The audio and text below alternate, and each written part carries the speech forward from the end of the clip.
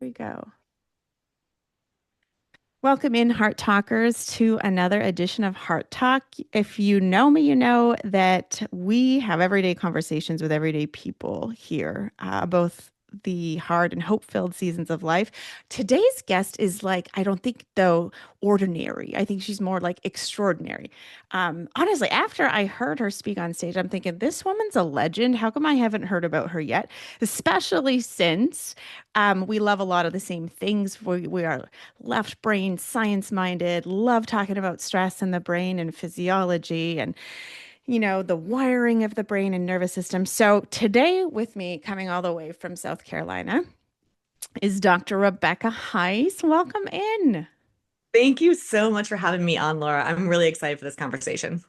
Well, listen, when we met back in June in Chicago, I hadn't heard of you until you hit the stage. And then like you immediately captivated my attention and the attention of, hundreds of audience members. And you spoke our language. And so here a little background on Dr. Rebecca before I, let her take over and tell you more about who she is. But she's an evolutionary biologist and a stress physiologist who studies how our ancient instincts and biology influence how we respond to modern stressors. And she's very passionate about helping people rewire their brains to stop fearing stress and instead use it as fuel. Yeah, because let's be honest, stress isn't going anywhere, right? And the Yeah. more we try to get rid of it, and this was research we did last year. I looked at people that were trying to get rid of their stress, and it turns out the majority of us, the vast majority of us, stress out even more trying to get rid of our stress. So this is a losing battle, right? And all of these meditation apps and yoga and like all of those are good things, don't get me wrong.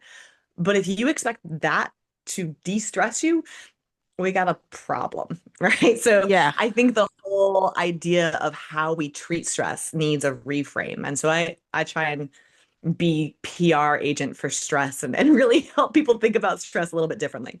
I love it. I love that, shift in perspective. I mean, it's not going anywhere. We often cause ourselves more stress trying to get rid of the stress. And, we have all the tools and the practices and the mental health maintenance plan. But, like having that one little shift in not fearing the stress, but using it as fuel, which is really what you're all about, is so timely, especially back to school week for all Oh, I know.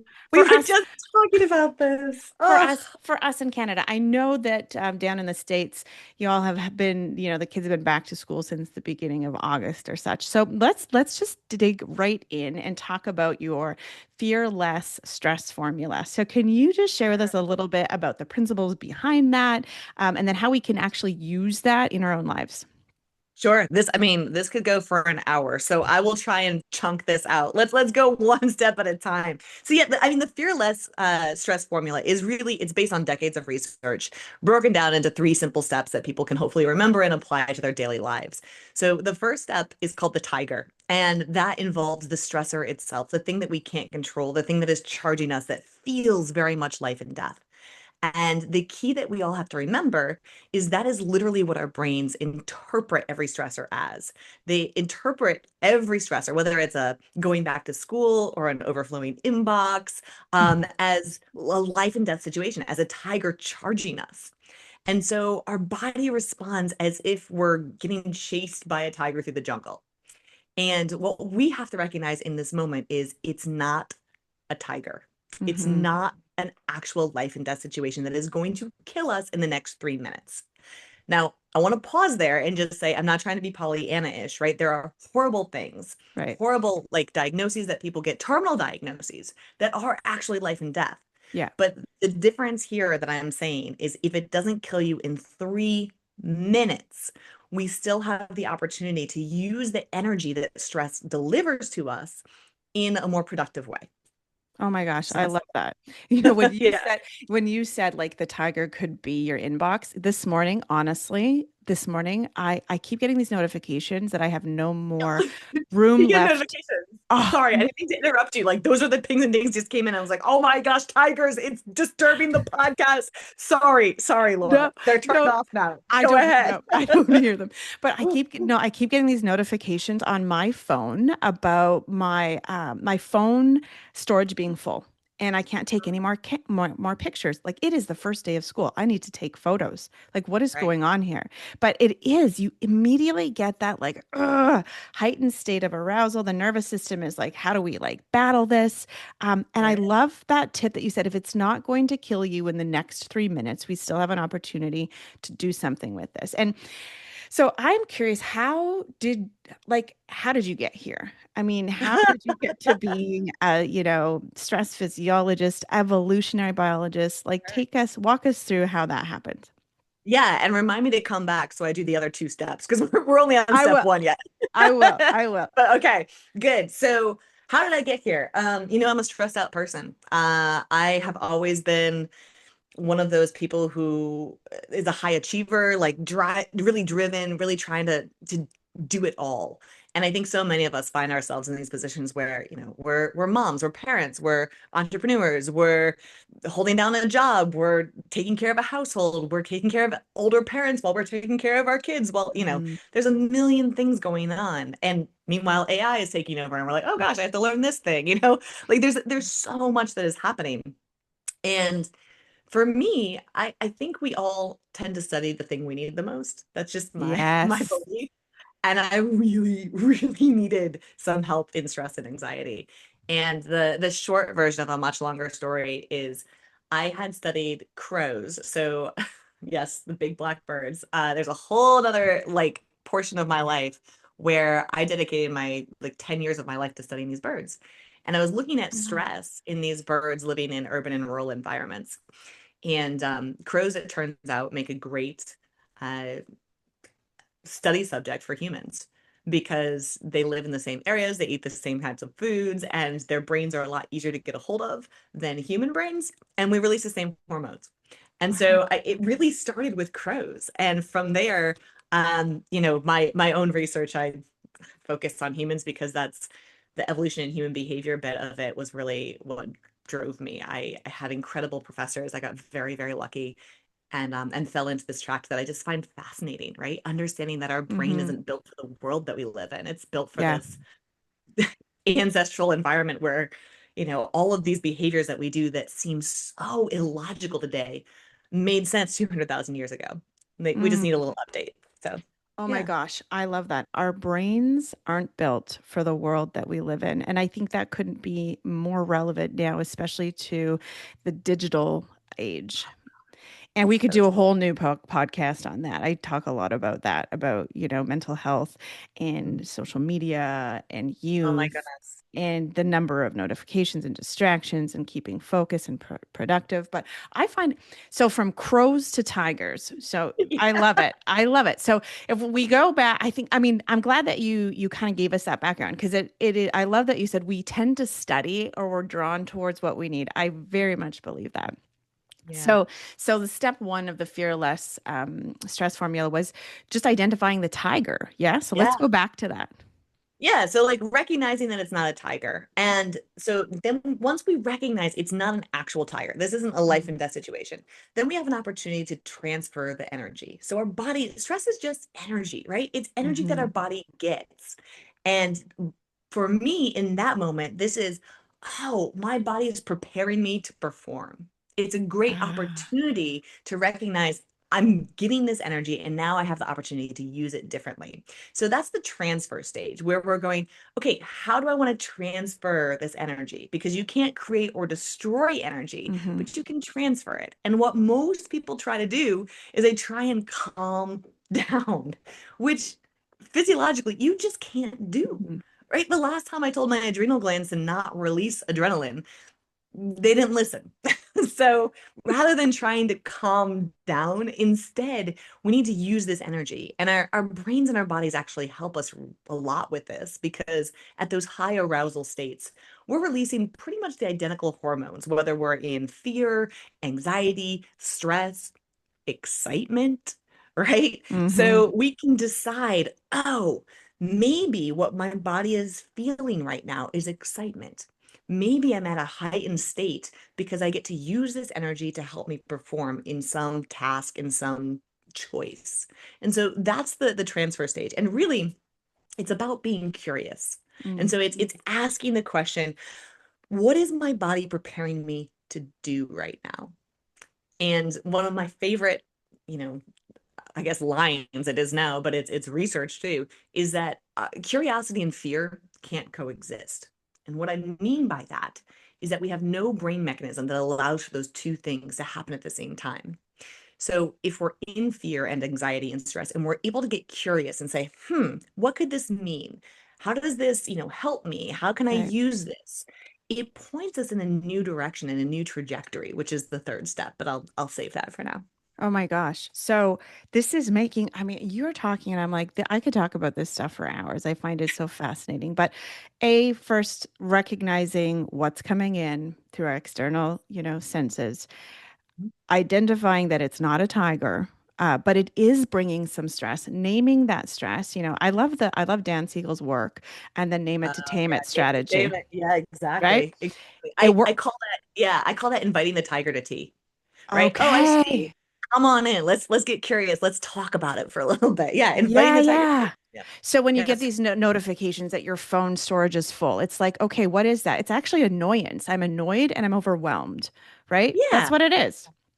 Good. And so now you get to transfer that energy. You say, okay, I'm annoyed. That's the same level of energy of that like heightened state as a stress response. So the third step then is the trajectory. Good. What are you going to do about it? Right. Right? Like, what is the action? What is the small action we can take? Now, what most people do, and this is not their fault. I'm not trying to blame anybody or Hmm. shame anybody if you do this, because this is what we've been told to do for, I don't know, the last century is the health and wellness industry says get rid of your stress. Yeah. So it's go meditate, go take a yoga class, go get a massage. All of those things are lovely, don't get me wrong, but none of them actually help mitigate stress. So For sure. this is research done. They looked at 90 different workplace interventions, and none of them actually help to mitigate stress, with the exception of one. And that was service to others, For which sure. I think is incredible. So the third step is the trajectory. And ideally, you're going to take an action Yeah. into the stress, toward the stressor itself, and ultimately have it help not just you, but someone else. So we can return to your example. Okay, so I'm stressed out because I get this notification that my phone is full. No! And now I'm going to transfer that energy into this. Oh, I'm annoyed. Good. What is the small step that you can take? How do you move into the stressor and help it serve you and others? Are you asking me? I mean, sure. If you Okay. want to answer, or we can walk through this together. Yes. So Like, what I did, because the thing is, it's like all of these little stressors, it's like death by a thousand cuts. Would you mm, agree with me? It's like, I 100%. I talk about compounding stress. So hmm like we've got past traumas, big T traumas. We've got all of this that like starts to stress us out. Then we've got like long-term traumas. We've got chronic trauma or chronic stressors. And then we've got the micro stressors. And yeah. nobody talks about the micro stressors, but it's the traffic jam, it's the phone notification, it's all of these things that actually are the straws that really break us. Yeah, So and yeah, then I think yeah. for a lot of women, I'm not going to speak for all women, but I think for a lot of women who I have held space for or had in, as clients, it is all of the accumulation of those small stressors that just put us over the edge and keep us in a heightened state of arousal, and our nervous system, it's like a constant, our cortisol is like constantly dripping like we're on an IV, right? Yep. Yep. It's like this, Yep. here it is. So with these phone notifications this morning, I was like, X out, X out, X out. And then I was like, okay, I'm going to go around it. I'm going to take the photo in my Instagram app and then save Uh-huh. it. And so now I've actually outsmarted my phone. So then I'm like, actually, Rebecca, feeling like proud of myself. And then But I here's get, the thing, Laura. You didn't go into the stress. And so this is going to keep haunting you, right? Like, yeah, yes. you did. You did a workaround. You're like, all right, yeah. But the next time you go to take a Yep. photo and it pops up again, you're like, it's going to continue to compound. So Yes. it sounds silly because what we're talking about, but it's not because it's we find those workarounds, whether it be, we're just going to take a weekend off, we're going to have a spa That's right. weekend, we're going to go to meditation class, which I've led meditation classes. They're great Oh, for great. like Yeah. lengthening the pause between each thought. But you're right. It's just like hitting the pause button. The stress is still there. That's so good. That's a great Okay, analogy. so how do Exactly. Yeah. I walk into the stress of my phone being overloaded and full? Like, Yeah. walk me through So it. what's the smallest thing that you can do? What will help you clear some space? Right. So then what I did, because it that didn't work with taking the Right? photo through Yeah. Instagram. So then I was like, okay, fine. I'm gonna go into the settings and look at where the biggest files are and There delete you go. them. There you go. So you took a small step Mm. into and toward the stressor, and now you've actually created some space so that you next time when you go to take a photograph, you're okay, right? You're Yeah. not going to have that vision. And here's the second piece that I'm going to add to it that is going to probably help you with that stressor more. You just served everybody by sharing your solution. And Mm. so that service to others is now incorporated into the stress, the trajectory that you took. Because, Ah, oh, I didn't even know. Like I didn't know you can go and I would have said you take all the photos, you send them to your hard drive or your computer or some external thing, and you delete them from your phone.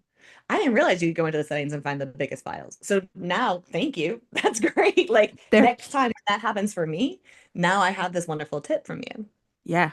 Because So it's also a service. Yeah. that was the easiest way for me to walk into the stress besides going and buying an external hard drive. Because I think why the conflict avoidance that we find in life or the workarounds is because many of the things we need to do to move through our stress are time consuming and they take a lot of effort.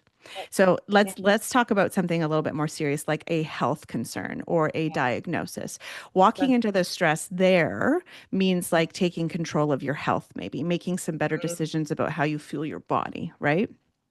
Yeah, and I think one of the things that is so pertinent to all of these conversations, whether it is phone notifications, diagnoses, anything like that, is what you can and cannot control. Yeah. And when we are overwhelmed, the one thing we want is to be able to control the outcome. And unfortunately, what that means is usually that means we don't take action because at least we know what to expect then. Like if you Right. did nothing, you know the outcome. Mm-hmm. And we are so desperate for some certainty in all of these uncertain times that we're like, fine, well at least I know. At least I know next time I go try and take a picture, this is what it is. At least I know that when I go to the doctor, I'm going to get the same panel as before because I haven't made any changes in my Yeah. life. Yeah. At least, when I try to make changes and nothing changes, I'm not disappointed. Yeah. Because And we're yeah, wired for certainty, right? that's Like it. we are neurophysically wired for certainty and predictability, which is why change is so hard for us because it's easier to stay in ruts and routine that maybe aren't so healthy, but that's what we know. No, exactly. Yeah. Exactly. And so to get out of that rut, like I always think about it like a bowling alley, right? Like you're in the gutter. It's hard to come out of the gutter, right? It's hard to Oh, because you're in that groove. You're just like, and so yeah. the amount of energy it takes to come out is tremendous. Oh, that's But brilliant yeah, analogy. but here's the thing. People think it's like you have to leap Mount Everest in a single bound. Nobody's going to do that, right? It is the smallest thing you can do. It is that little nudge, that little nudge, that little Yeah. nudge. And you're not going to feel that in the gutter, right? You're Yeah. in that gutter. You're not going to feel those little lifts because you're still in the gutter. And it's going to take that final little, quarter inch to get over the rim that you're now in a new space. Mm-hmm. So all of these small actions, sometimes you don't even feel it. Sometimes you don't be like, man, where's the change? Where's the change? Where's the change? I want this outcome.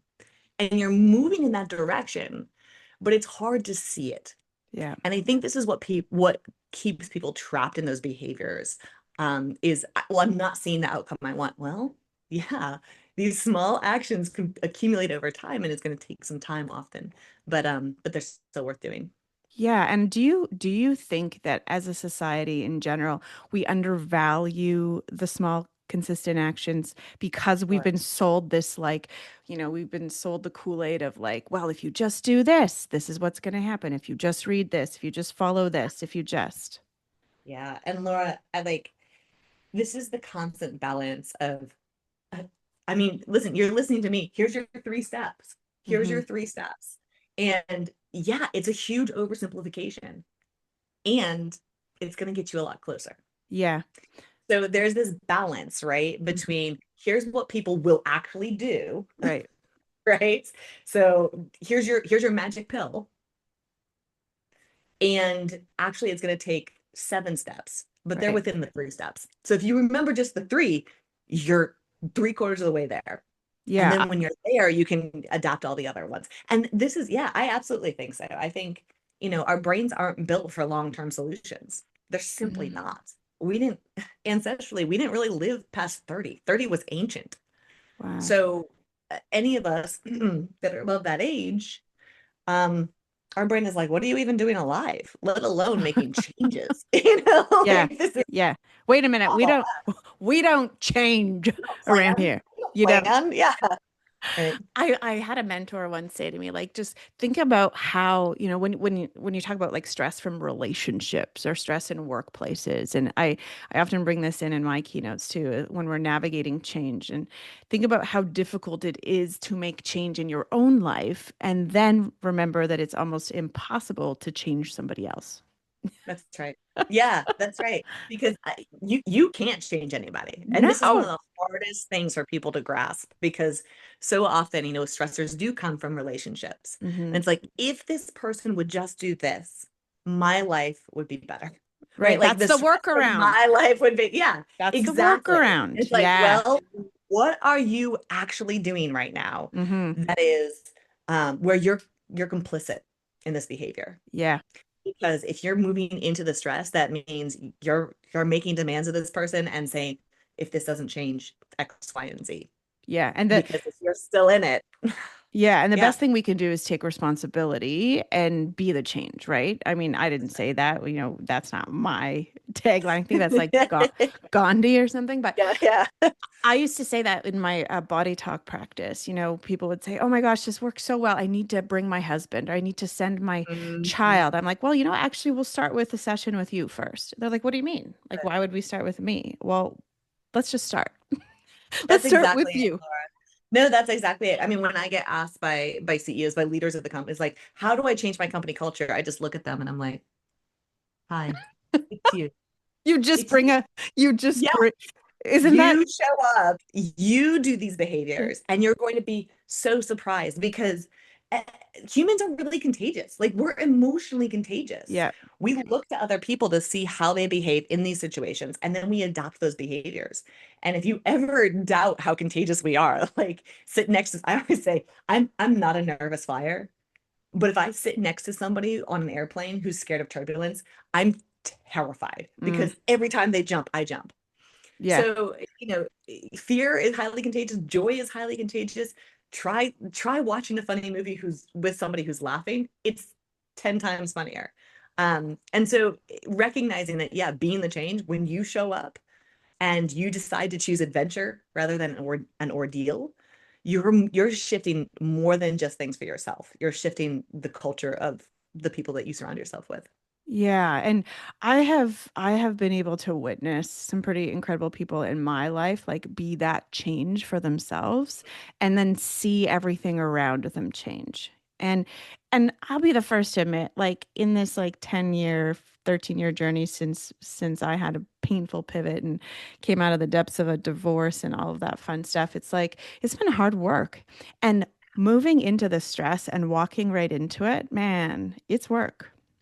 It is. And the thing I tell people, humans are weird in a lot of ways, right? But we're also the only animal that creates our own stress. So think about this. Like one of my favorite examples is to talk about lions, who I would say pretty good hunters. Like I don't want to go up against a lion, right? Hmm. They're pretty good. But lions fail 80% of the time they hunt. 80%. Really?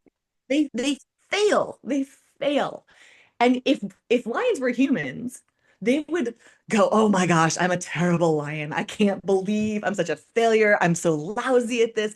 Gosh, I should just give up now. Like quit while like you think about the head trash that we create. Lions, when they fail at a hunt, they lay down and they take a nap. There's no re-traumatization going on as they create these stressful thoughts. Humans are unique in that we do create these stressors for ourselves through our own Yeah. thoughts. And so one of the things I like to point out to people is, yeah, there's stress that you can't control, and there's stress that you have a little more control over than you might recognize. And that's in the way we think about ourselves and our actions, and the follow-up that we take. Yeah, because there's stress and then there's the thought about the stress and then the Right. action about the thought about the stress. Right. And this is one of the reasons that so many of the, I'll say, traditional health and wellness practices to like reduce stress actually make stress worse. Because, if I'm promised, oh, you meditate and you're going to be less Mhm. stressed, and then I do it and I don't feel any less stressed, Yeah. then I have this secondary, stressor, which is I'm bad at this. Something is broken in me. I can't seem to get it right. Everybody else says meditation is working. Why am I so broken? Yeah. And this breaks my heart, right? Because it's not you. If you're one of those people, it's not your fault, It's not you. So right? It's would it be fair and true to say then those types of practices are really great at helping to calm the nervous system in that moment, right? Yeah, and I would say not even in that moment. I would say they're really helpful for like long-term sort of chronic management Okay. of how our body responds to Yeah. stressors, but it's not going to help you use the stress. Yeah. Right? It's still a way to say, oh, stress is bad. Let's label it like this and let's try and minimize its effect on our body rather than saying, okay, stress is just inherent. Let's take it, that's not label it good or bad and just say this is energy. I have this energy. What do I want to do with it? Yeah. And I think that's the big shift. Yeah, that the chemistry teacher in me was really perking up when you said that like energy's neither created nor destroyed, it just changes Oh form. And yeah. so, how can Yeah. we take that energy of our stress and, like you said, in the third step of your formula, Yeah. transform it into something? And if we transform that in a way where we're also being of service to others, it's like bingo, double whammy. Yeah. And this is, I think I think again, people get into this space where it's like, it has to be this big gesture. It has to be some massive transformation. And so often, no, it's the smallest step. Yeah. And uh unfortunately, our brains, especially under stress, go very binary. So either I win or I lose. I do it or I Mm. don't. The analogy that I like to use is if I asked you to save $1,000 next month and you saved 999 of them, did you fail? And the answer is, well, yeah. Like you're a dollar short and a day late. Yeah, you failed. But like that's the kind of binary thinking that our brain gets Right. into rather than recognizing, no, no, no, we've made a ton of little tiny trajectories forward. Whatever we were doing, maybe we ate out less. Maybe, we put a dollar in a swear jar every day. I don't, whatever that is. Like we took all these tiny little steps. And if we're only ever measuring the ultimate outcome of $1,000, yes or no, we miss all of the growth that we have along the way. Yeah. And so I would say, the smaller your trajectory, the smaller the action is, the more achievable it is. And the more you achieve that small action, here's the really cool physiology of the brain. When you set these tiny little goals and you achieve them, you get this rush of dopamine. So, Mm. it's a happy hormone, but it's also a hormone of addiction and motivation, which means you're more likely to do that same behavior the next day. Right. And you get a bigger reward. And it actually sensitizes your brain to these rewards. So you not only are getting more dopamine, you're having more receptors for this particular type of behavior. And so now you're getting rewarded and it feels even better. And so these like really tiny things feel small, but they grow and grow and grow really quite exponentially and allow Right. you to make massive changes. So yeah, I would say stop trying to do the transformation overnight, right? You Yeah, don't have yeah. to jump that ball out of the gutter overnight. It doesn't have to be this big, bold move. It can be just tiny, tiny, tiny adjustments. I love that whole explanation of how the dopamine hits, so to speak, can actually, I mean, we often talk about it in a way where it's either hurting us or harming us, whether we're, addicted to our phones or addicted to certain Mhm. substances. But healthy habits actually also can release dopamine, and we can start rewiring neural pathways and have these new healthy habits. Like I said to you this morning, I did some meal prepping. So when I got home from school drop off, I enjoyed this nice little protein chia pudding. And I was like, oh my gosh, I did it. This feels good. Tomorrow I have another one because I prepped 2 days in a row. And see, you've already done this. So like you've prepped 2 days. That feels really good. And your brain goes, Yes.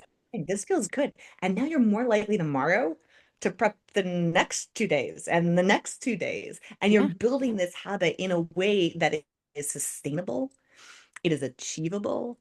And all of the stressors that would have hit you otherwise, where you're like, I'm so stressed out, I'm gonna eat garbage, and then you can, like that would have exacerbated the stress cycle. Now you're those small actions are making massive shifts to your overall day. Yeah. Isn't it Pretty crazy? cool. Yeah, I'm going to remember that what you said is like the energy it takes to get the gutter or the ball out of the gutter. And many small little consistent actions are going to still inch you out of the gutter, right? Instead of that big like that's like it. like That's nice it. sound effects. Okay. So I did. you talk a lot about as stress being an advantage. And I think that's a really interesting insight because I don't think we hear that a lot. We always hear stress is bad, stress is bad, stress is Yeah. bad, less stress, Yeah. get rid of your stress. So talk to us a little bit about that concept of stress being an advantage. Sure. Yeah, this comes out of Harvard research.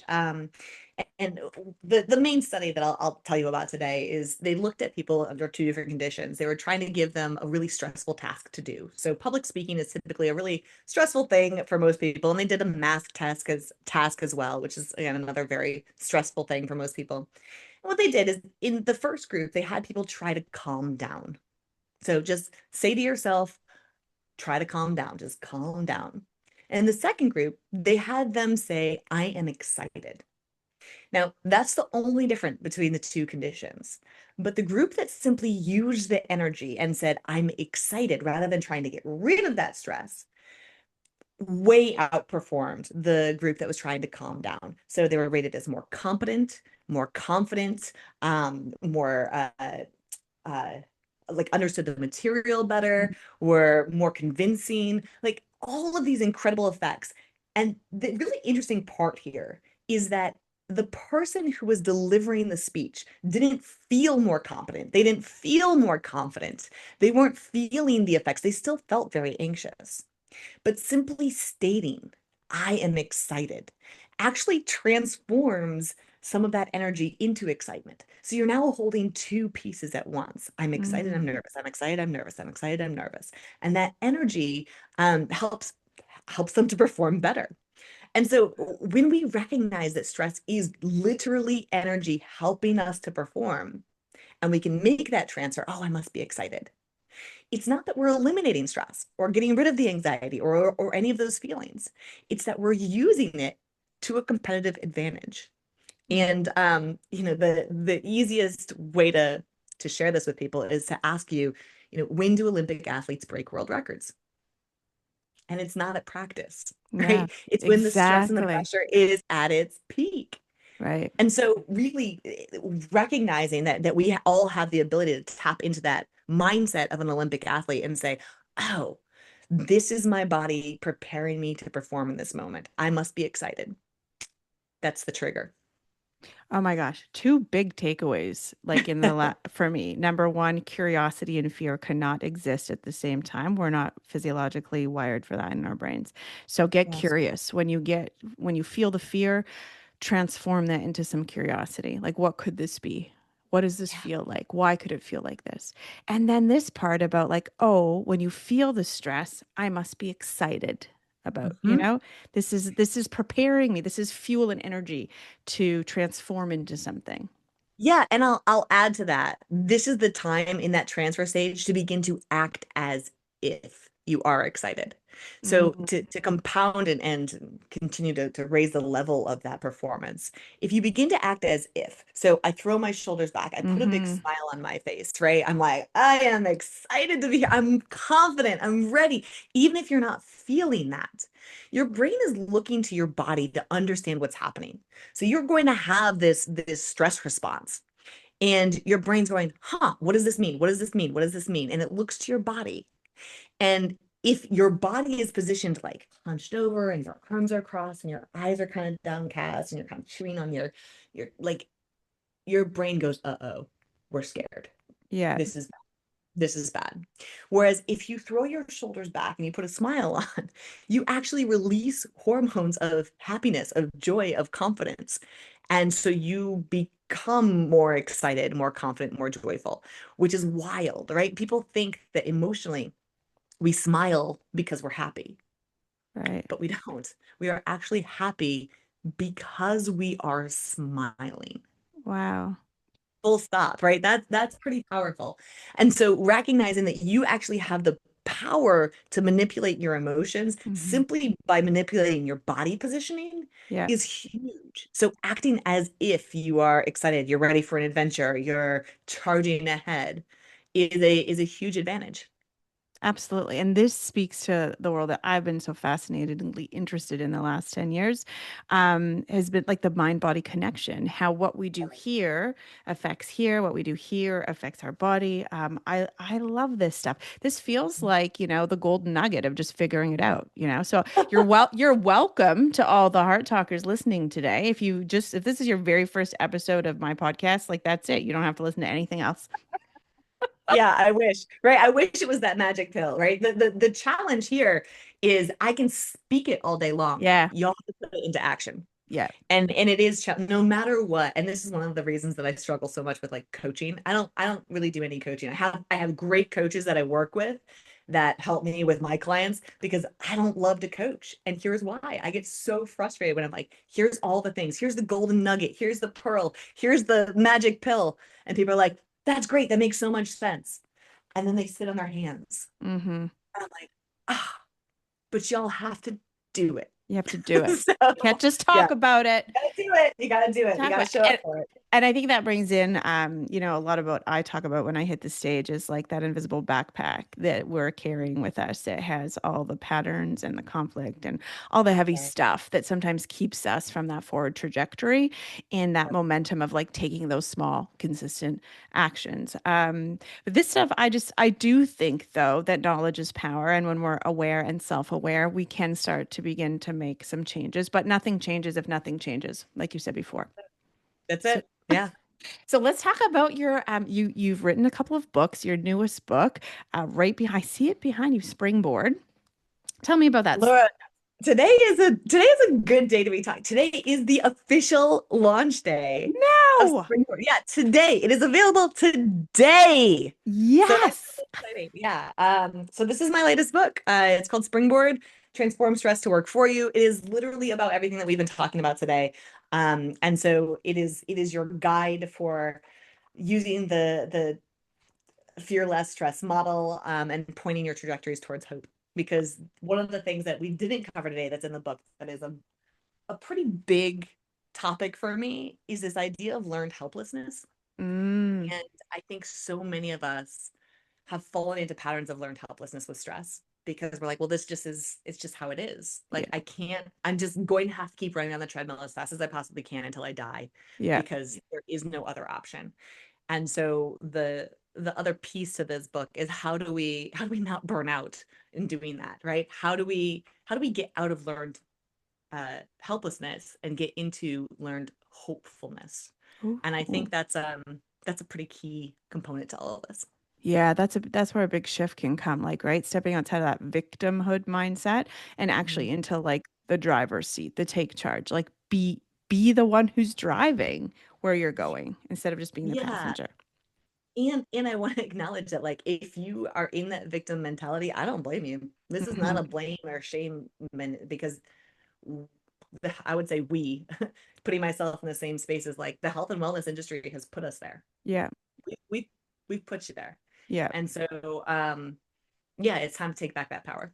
I agree. I think it's so fascinating that today is the day because It's we the day. actually had to reschedule this, and then this was the day Oh. that we rescheduled. I'm definitely going to order that. Okay, so tell us, where can we order it? Where can we find it? Yeah, I mean, you can find it on all the regular places, Barnes and Noble, Amazon. I would really encourage you to go to your local bookstore and ask them. I'm a big fan of supporting local shops if you Mhm. can. So go ask them to order it for you. And yeah, so it's coming out this week. Next week, this is the first time I'm going to announce this.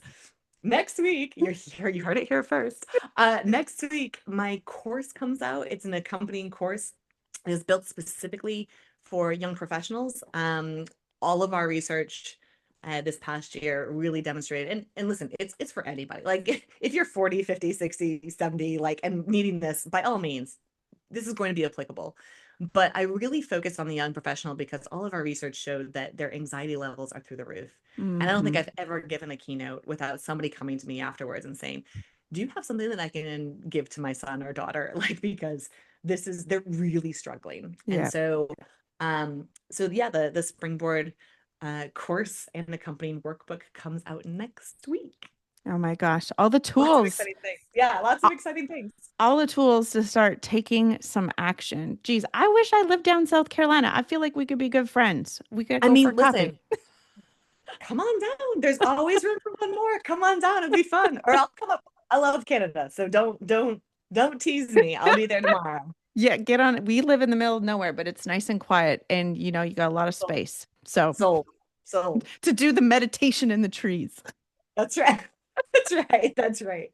And then run directly at your stressors. And Both are good. Both are good. meditate and then charge the stress. Okay. That's right. This has been such a fun conversation. I know that it's going to be invaluable to the listeners. I highly suggest you all go order Dr. Heiss's new book, Springboard. I think this is the conversations we need to be having right now more than ever, and empowering our kids. I have a 19-year-old. I mean, I want her to listen to this There you go. podcast, and read your book. So thank you so much for joining me today. It has been such a pleasure to sit heart to heart with you.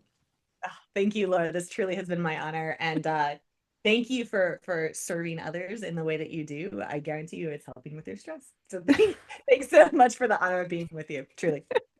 You're so right. Okay, thanks so much. Cheers.